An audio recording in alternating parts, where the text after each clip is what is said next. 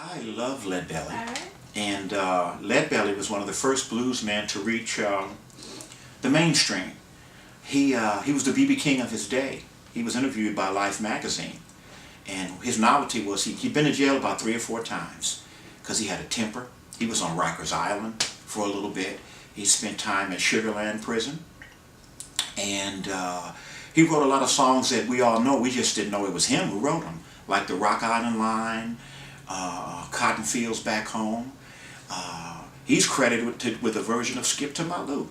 And he did Good Night Irene, and 2 years later it was recorded by the Weavers, and it was the first time that a folk song had made the charts. And he actually helped to spark the folk movement that led to Peter, Paul and Mary and Kingston Trio when it had its resurgence.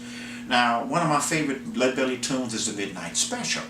And let me just tell you a little bit about this particular song.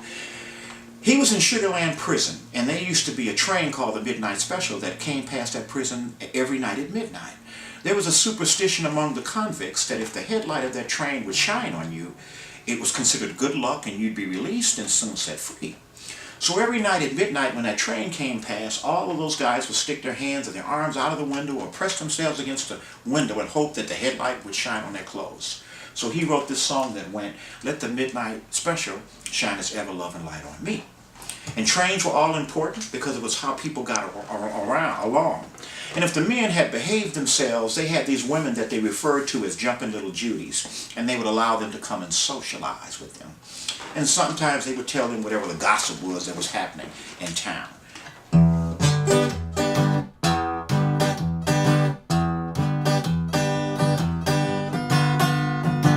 Let the midnight special shine its light on me. Let the midnight special shine its ever-loving light on me. Yonder come Miss Rosie, how in the world do you know? Well, I know about her apron and the dress she wore, umbrella on her shoulder, piece of paper in her hand. And she's gonna tell the governor, please turn her loose, my man. Let the midnight special shine its light on me. Let the midnight special shine its ever-loving light on me. Well, if you ever go to Houston, boy, you'd better walk right. Oh, you better not squabble, and you better not fight, or the sheriff would arrest you, and he'll take you down, and the judge would sentence you, your penitentiary bound. Let the midnight special shine its light on me. Let the midnight special shine its ever-loving light on me.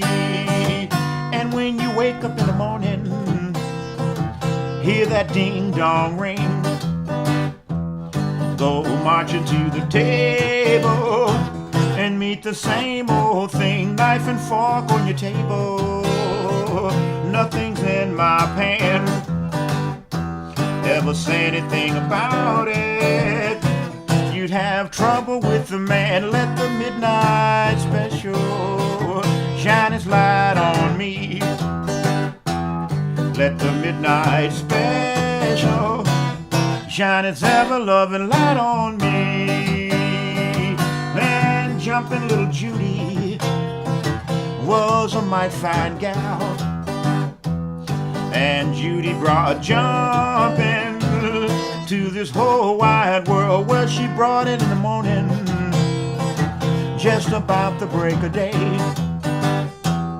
and she brought me the news that my wife was dead.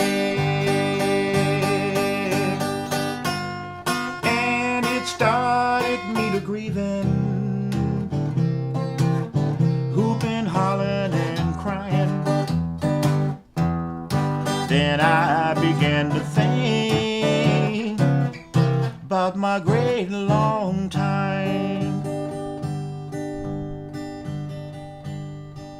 6 months ain't no sentence. 2 years ain't no time. 6 months ain't no sentence.